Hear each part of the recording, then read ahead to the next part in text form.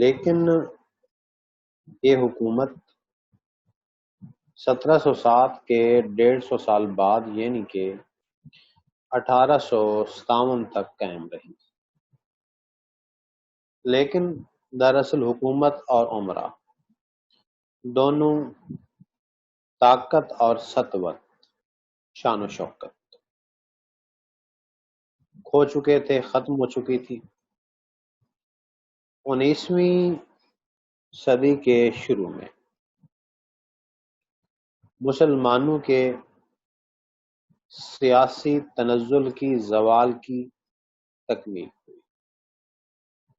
چنانچہ 1803 میں انگریز دہلی میں داخل ہوئے، لیکن اسی زمانے میں بعض افراد کے دل میں مذہبی احیا اور معاشرتی اصلاح کا خیال پیدا ہوا۔ شاہ ولی اللہ، شاہ عبد العزیز وغیرہ کی کوششوں سے علم دوست لوگوں میں مذہب کی صحیح واقفیت بڑھتی گئی، لیکن عوام کی مذہبی حالت بہت گری ہوئی تھی اور مذموم، قابل مذمت، بری معاشرتی رسموں میں مسلمانوں اور ہندوؤں میں زیادہ فرق نہ تھا۔ سیاسی تنزل، زوال اور معاشرتی تخریب کے اس نازک وقت میں ایک پرخلوص، مخلص، مصلح، اصلاح کرنے والے سید احمد بریلوی پیدا ہوئے، جنہوں نے 1816 سے 1831 تک 15 سال مسلمانوں کی مذہبی و معاشرتی خرابیوں کو دور کرنے کی بھرپور کوشش کی۔ اسی سلسلے میں مذہبی آزادی کے حصول کے لیے انہوں نے یعنی کہ سید احمد بریلوی نے 1826 میں سکھوں کے خلاف مذہبی جہاد کی مہم بھی شروع کی، جس کے آخر میں 7000 مجاہدین نے پشاور کے قریب میدان جنگ میں نمایاں کامیابی حاصل کی اور سید احمد نے ایک نظام حکومت قائم کر کے قبائل کی معاشرتی اصلاح کے احکام نافذ کیے، لیکن بعض سرداروں کی غداری سے جو سکھوں کے ساتھ شریک ہو گئے تھے، آخر کار مسلمانوں کو شکست ہوئی اور ان کا رہنما 6 مئی 1831 کو بالا کوٹ میں شہید ہوا، یعنی کہ سید احمد بریلوی۔ یعنی مسلمانوں کی مساعی کوششیں خود مسلمانوں ہی کے ہاتھوں برباد ہو گئیں، کیونکہ سید احمد بریلوی سے اپنے ہی مذہب کے لوگوں نے، مسلمانوں ہی نے غداری کی، اور اسی غداری کی وجہ سے سید احمد بریلوی جو ہے 6 مئی 1831 کو بالا کوٹ میں شہید ہوا۔ یہ بات یاد رکھنے کے قابل ہے کہ سید احمد بریلوی نے ہندوستان کے مسلمانوں کو دوسری قوموں کے مقابلے میں جمع کیا اور ان کے اصلاحی کام کو ان کے بعض مذہبی جانشینوں نے جاری رکھا۔ سر سید بعض باتوں میں اپنے عام نام یعنی کہ سید احمد بریلوی کے عقیدت مند تھے، چاہنے والے تھے۔ اسی زمانے میں بہار ہے یہ لفظ، یعنی کہ اتر پردیش، اڑیسہ، ہندوستان میں، بہار میں مسلمانوں میں فرضی تحریک اٹھی، جس کا مقصد غریب مسلمانوں کی ناگفتہ بے ناقابل بیان حالت کی اصلاح اور ان کی امداد تھا۔ تو اب اس اقتباس میں جو ہم نے پڑھا ہے، ایک تو اس میں آخر میں جو بیان ہوا کہ بہار میں مسلمانوں میں فریضی تحریک اٹھی، بڑا اہم MCQ یہ بن سکتا ہے یہاں سے۔ اور فریضی تحریک کا مقصد کیا تھا؟ غریب مسلمانوں کی ناگفتہ بے حالت کی اصلاح۔ اس کے علاوہ اس سے پہلے جو بات ہوئی کہ سر سید اپنے کون سے ہم نام کے ہم خیال تھے؟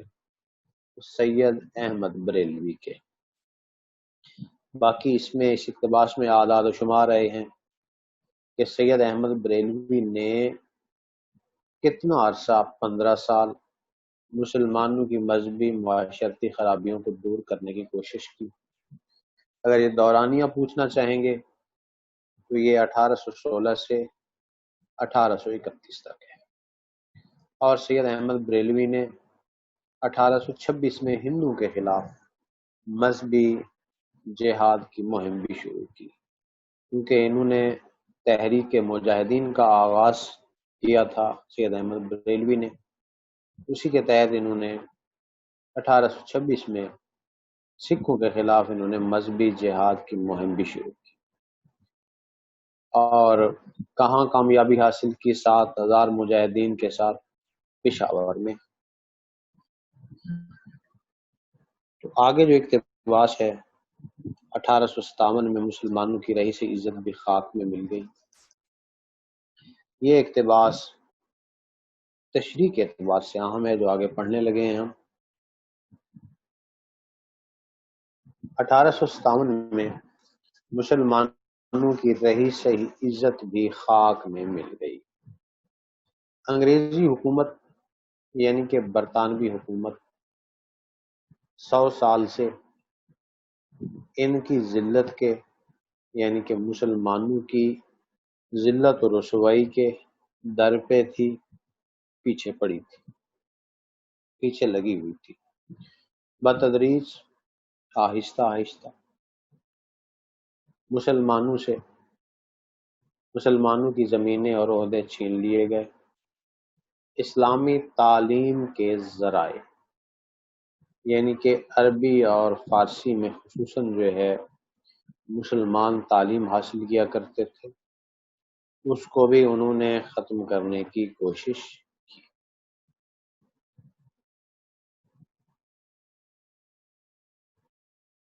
اور 1837 میں فارسی زبان عدالتوں سے خارج کر دی گئی۔ 1857 کے بعد ان پر یعنی کہ مسلمانوں پر عتاب، ظلم اور دباؤ بڑھتا گیا۔ اس طرح مسلمان پسپا بھی ہوئے، شکست بھی کھائی، اور ان مظالم سے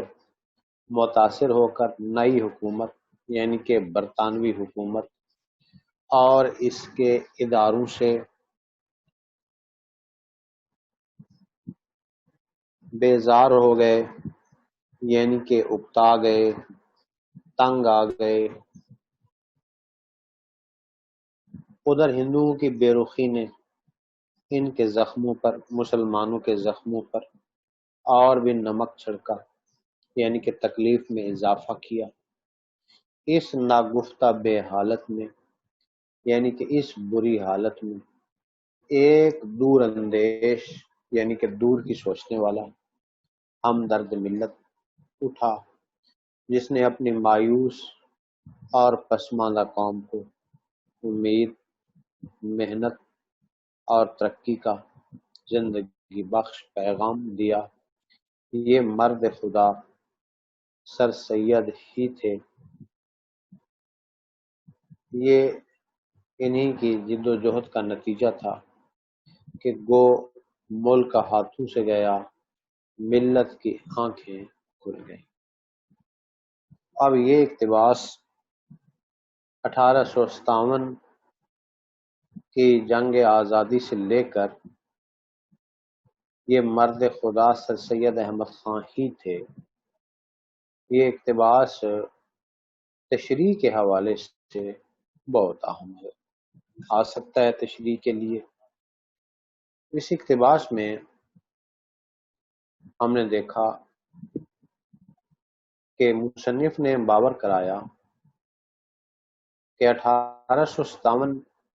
کی جنگ آزادی احیاء اسلام کی، اسلام کے بقا کی آخری کوشش تھی، جس میں مسلمان بری طرح ناکام ہوئے، کیونکہ مسلمان چاہتے تھے کہ کسی نہ کسی طرح سے انگریزوں سے نجات حاصل کی جائے، انگریزوں کے تسلط کا خاتمہ کیا جائے۔ اس کے لیے مسلمانوں نے خصوصاً کوشش کی کہ ایک جنگ آزادی کا آغاز کیا جائے تاکہ انگریزی تسلط سے نجات حاصل کی جائے۔ تو 1857 میں جنگ آزادی لڑی گئی۔ اس میں مسلمان جو ہیں بری طرح ناکام ہوئے۔ بہادر شاہ ظفر جو کہ اس وقت حکمران تھے، ان کی حکومت کا ٹمٹماتا ہوا چراغ ہمیشہ کے لیے گل ہو گیا، اور بہادر شاہ ظفر پر انگریزوں نے بغاوت کا مقدمہ عائد کیا اور انہیں معزول کر دیا۔ اس طرح سے مسلمانوں کی حکومت 1857 میں ہندوستان میں ختم ہو گئی، کیونکہ 1857 سے پہلے مسلمان کسی نہ کسی صورت میں ہندوستان میں حکمران کہلواتے تھے، جو بہادر شاہ ظفر کی حکومت تھی۔ لیکن 1857 کے بعد جو ہی بہادر شاہ ظفر کی حکومت ختم ہوئی، مسلمانوں کی حکومت کا نام و نشان ختم ہو گیا، اور انگریزوں نے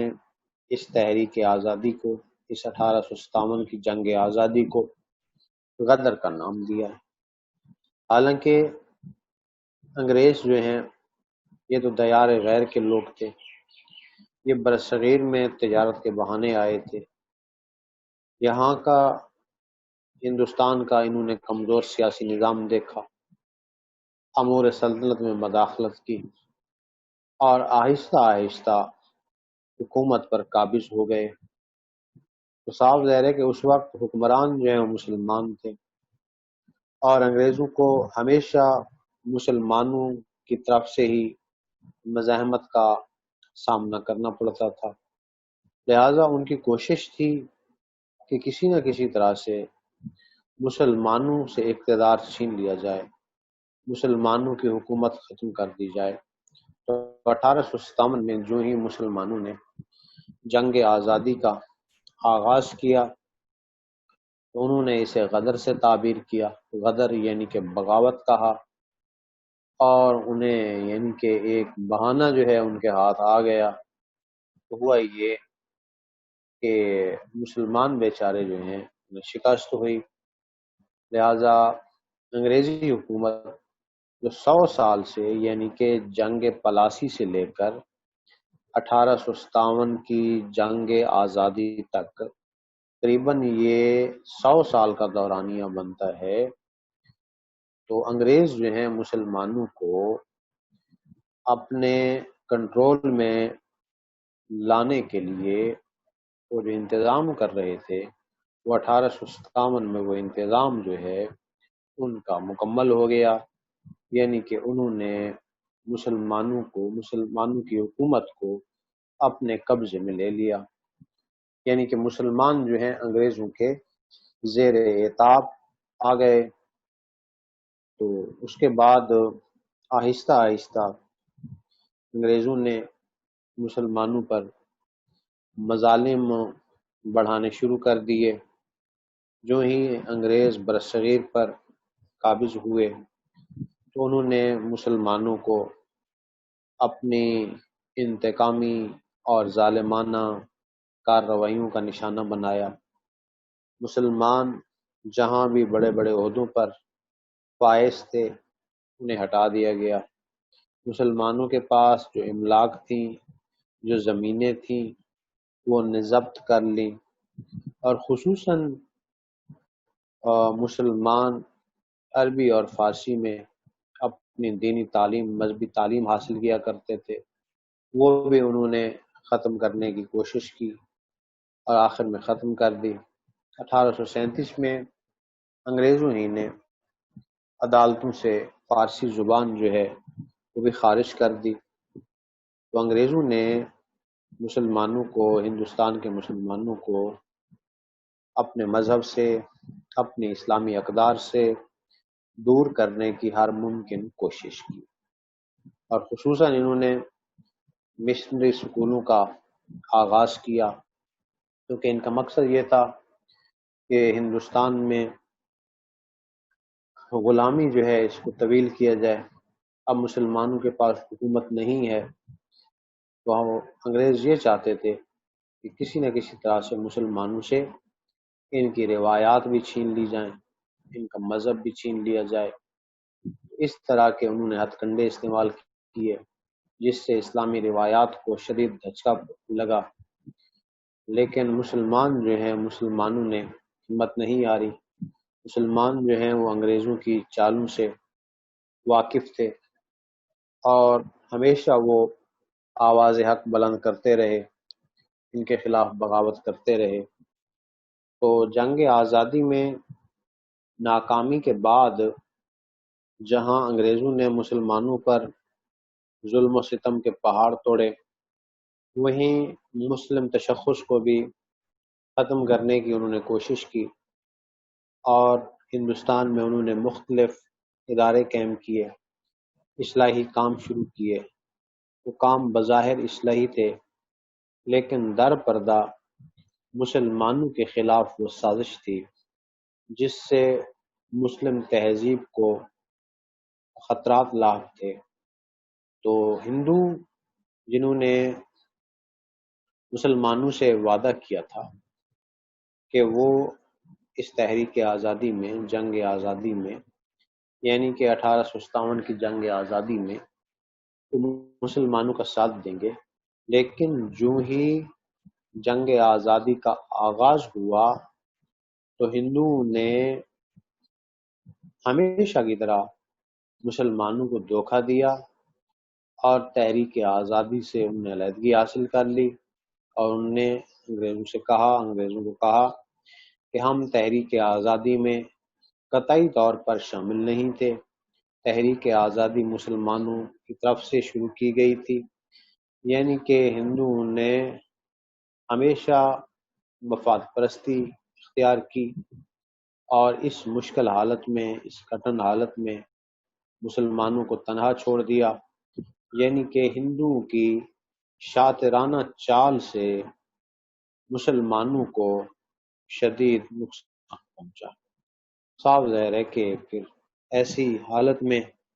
ایسے حالات میں اللہ تعالیٰ کی ذات نے مسلمانوں کے لیے، ملت اسلامیہ کے لیے ایک ایسی شخصیت کا انتخاب کیا جسے تاریخ نے سر سید احمد خان کہا، یعنی کہ اس کٹن دور میں ایک شخصیت ابھری جنہوں نے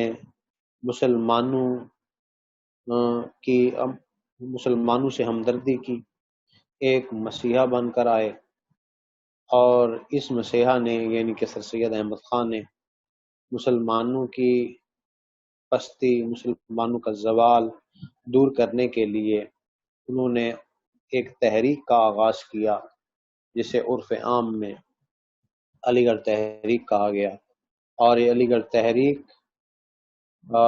نے مسلمانوں کو تعلیمی، سیاسی میدان میں رہنمائی حاصل کی، اور ملت اسلامیہ کی مردہ رگوں میں ایک نئی روح پھونکی۔ تو سر سید احمد خان نے اپنی اس تحریک کے ذریعے، یعنی کہ علی گڑھ تحریک کے ذریعے، جو ایک علمی و ادبی تحریک تھی، سر سید احمد خان نے اس تحریک کے ذریعے ملت اسلامیہ کو پرعزم کرنے کی کوشش کی، ملت اسلامیہ کو آگاہی فراہم کرنے کی کوشش کی، ملت اسلامیہ کو امید دلائی، تو یہی سر سید احمد خان کی کوششوں کا نتیجہ ہی تھا کہ پورے ہندوستان میں ایک آگاہی کی، ایک پہچان کی ایک لہر پھیل گئی، اور ملت اسلامیہ میں یہ احساس پیدا ہو گیا کہ اب کم از کم ہمیں خواب غفلت سے جاگنا چاہیے، اب ہمیں اپنے پاؤں پر کھڑا ہونا چاہیے۔ اگر ہم اپنے حقوق کے لیے کھڑے نہ ہوئے، اگر ہم نے آواز حق بلند نہ کی، اگر ہم نے اس ظلم سے بغاوت نہ کی، تو یہ ظلم بڑھتا جائے گا اور یہ ہمارے لیے خطرناک ثابت ہوگا، اور ایک دن ایسا آئے گا کہ ہمارا تشخص، ہماری پہچان جو ہے وہ ختم ہو جائے گی۔ لہٰذا سر سید احمد خان کی کوششوں سے ہی ہندوستان کے مسلمانوں میں ایک امید کی کرن پھوٹی، اور ملت اسلامیہ میں ایک جذبہ پیدا ہوا، اور ملت اسلامیہ نے اپنے مستقبل کے لاہ عمل کا اعلان کیا۔ سر سید احمد خان کی کوششوں سے ہی یہ سب کچھ ممکن ہوا۔ تو مختصراً ہم یہ کہہ سکتے ہیں کہ 1857 کی جنگ آزادی، جو کہ احیاء اسلام کی، بقائے اسلام کی آخری سعی تھی، کوشش تھی، جس میں مسلمان بری طرح ناکام ہوئے، لیکن اس ناکامی کے بعد ملت اسلامیہ کو سر سید احمد خان جیسا ایک عظیم رہنما میسر آیا، جس نے ملت اسلامیہ کو منزل مقصود کا احساس دلایا، اور مسلمانوں نے آئندہ کے لیے اپنا لاہ عمل تیار کیا۔